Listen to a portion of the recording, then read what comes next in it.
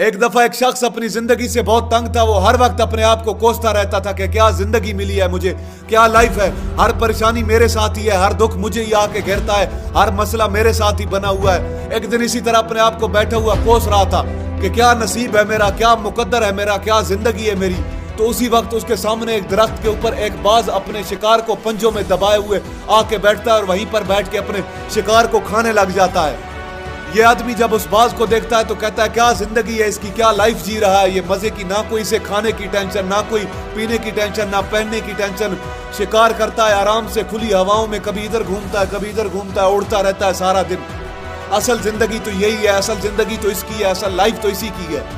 और अपने मन में ख्वाहिश करता है कि काश मैं भी एक बाज होता, मुझे भी कोई दुख ना होता, मुझे भी कोई परेशानी ना होती, काश मैं भी एक बाज होता। जब 2 से 3 दफा अपने मन में ये ख्वाहिश करता है कि काश मैं भी एक बाज होता, मुझे भी कोई दुख ना होता, मुझे भी कोई परेशानी ना होती, तो ऊपर आसमान में बिजली गरजने लग जाती है और आसमान से आवाज आती है कि ऐ इंसान, क्या ये हमने सच सुना कि तू वाकई हमारी दी गई जिंदगी से तंग है और तू एक बाज बनना चाहता है। तो ये आदमी हैरान हो जाता है और ऊपर देखता है और कहता है हाँ मैं वाकई अपनी जिंदगी से बहुत तंग हूँ, हर दुख मुझे ही है, हर परेशानी मेरे साथ ही है, हर मसला मेरे साथ ही है। तो ऊपर से फिर आवाज आती है कि ऐ इंसान सोच ले, हमने तुझे बड़ी प्यारी जिंदगी दी है, अगर फिर भी तू चाहता है कि हम तुझे बाज बना दें तो हम तुझे बाज बना देंगे, लेकिन अगर हमने एक दफा तुझे इंसान से बाज बना दिया तो फिर हम तुझे बाज से इंसान दोबारा नहीं बनाएंगे। तो यह आदमी फौरन जवाब देता है, कहता है मैंने अच्छी तरह सोच लिया, बस मैं एक दफा बाज बन जाऊं, मैं फिर नहीं कहूंगा कि मैं इंसान बनना चाहता हूं। तो फिर ऐसे बाज बना दिया जाता है, ये खुली हवाओं में उड़ जाता है, कभी हवा में उड़ता हुआ इधर चला जाता है, कभी हवा में उड़ता हुआ इधर को चला जाता है, घूमता है और सोचता है क्या मजे की जिंदगी है, असल लाइफ तो ये है, ना कोई परेशानी, ना कोई टेंशन, किसी भी चीज की कोई परेशानी नहीं मुझे, असल जिंदगी तो ये है मेरी।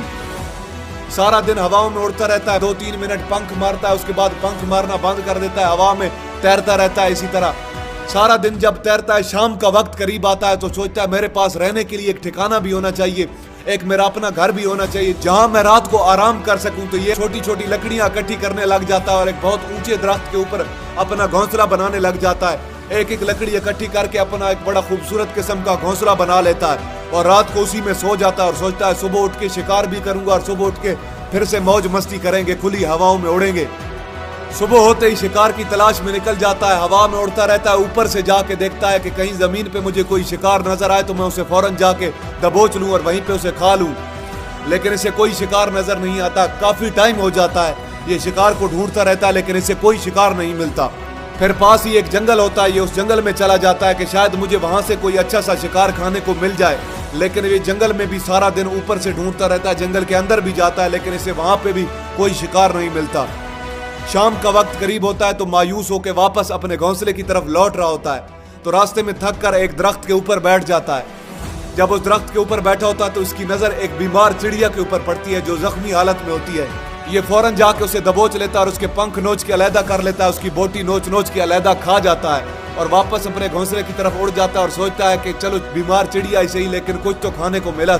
अपने घोंसले तक पहुंच जाता है, जाके वहां सो जाता है और सोचता है सुबह एक अच्छा सा शिकार पकड़ूंगा और अपनी भूख मिटा लूंगा। सुबह का सवेरा होता है, जैसे ही ये निकल पड़ता है शिकार की तलाश में, उड़ता रहता है हवा में, लेकिन इसे आज फिर कोई शिकार नहीं मिलता। काफी वक्त हो जाता है, ये उड़ता रहता है, ऊपर से जाके देखता है कि शायद कोई मुझे जमीन पर शिकार नजर आए तो मैं उसे जाके दबोच लूं, लेकिन इसे कोई शिकार नहीं नजर आता। ये फिर उस जंगल की तरफ चला जाता है, उस जंगल में जाके ढूंढता रहता है लेकिन उस जंगल में भी से कोई शिकार नहीं मिलता। शाम का वक्त करीब होता है, मायूस होकर फिर वापस लौट रहा होता है तो रास्ते में आते हुए एक दरख्त के ऊपर बैठ जाता है, शायद आज फिर कोई बीमार चिड़िया मेरा इंतजार कर रही हो, लेकिन हर बार कुदरत मेहरबान थोड़ी होती है, आज की बार इसे कोई बीमार चिड़िया नहीं मिलती। ये वापस अपने घोंसले की तरफ चल पड़ता है, उड़ता हुआ अपने घोंसले में पहुंच जाता है और आज भूखा प्यासा सो जाता है और सोचता है सुबह एक अच्छा सा शिकार पकड़ूंगा और आज की भूख भी मिटा लूंगा। रात को अपने घोंसले में सोया होता है, गहरी नींद में होता है कि एक बहुत तेज तूफान आता है जिसके साथ एक बहुत तेज हवा चलती है जो इसके घोंसले को उड़ा के उधर फेंकती है और इसको उड़ा के कहीं दूर जाके फेंकती है। तो ये जहां गिरता है वहां एक नीचे नोकदार लकड़ी पड़ी होती है जो इसके पंजे में गड़ जाती है और इसे बुरी तरह जख्मी कर देती है।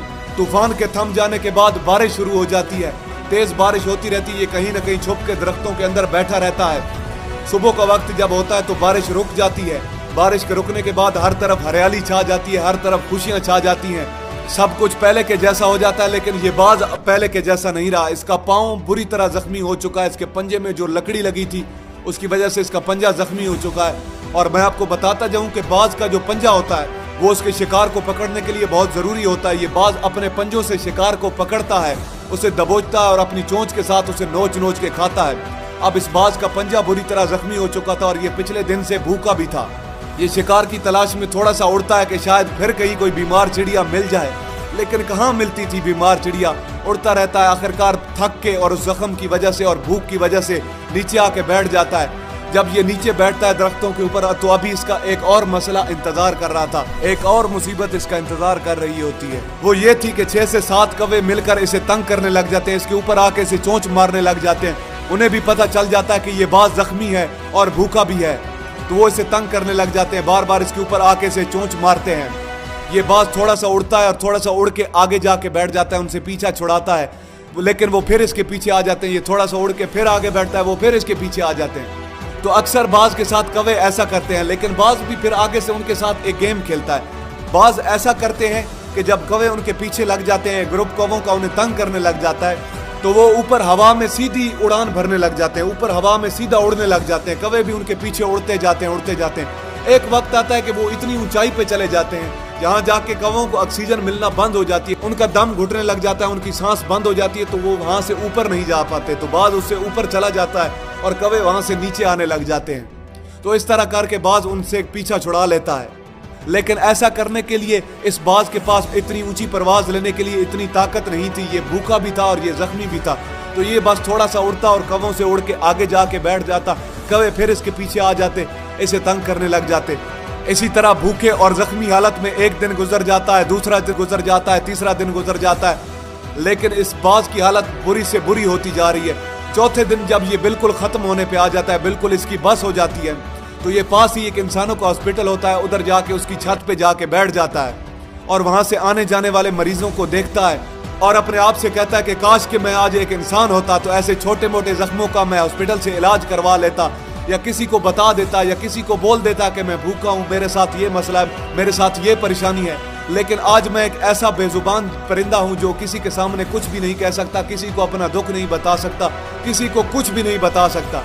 यही बात करके वहीं पर अपना दम तोड़ देता है, अपनी जान की कुर्बानी तो दे जाता है, लेकिन साथ साथ हमें ये सबक दे जाता है कि आपको जैसा बनाया गया है, आप जैसे हो उसी में बेहतर करने की कोशिश करो, ना कि इस बात की ख्वाहिश करो कि काश कि मैं वैसा होता, काश कि मैं ऐसा बन जाऊं।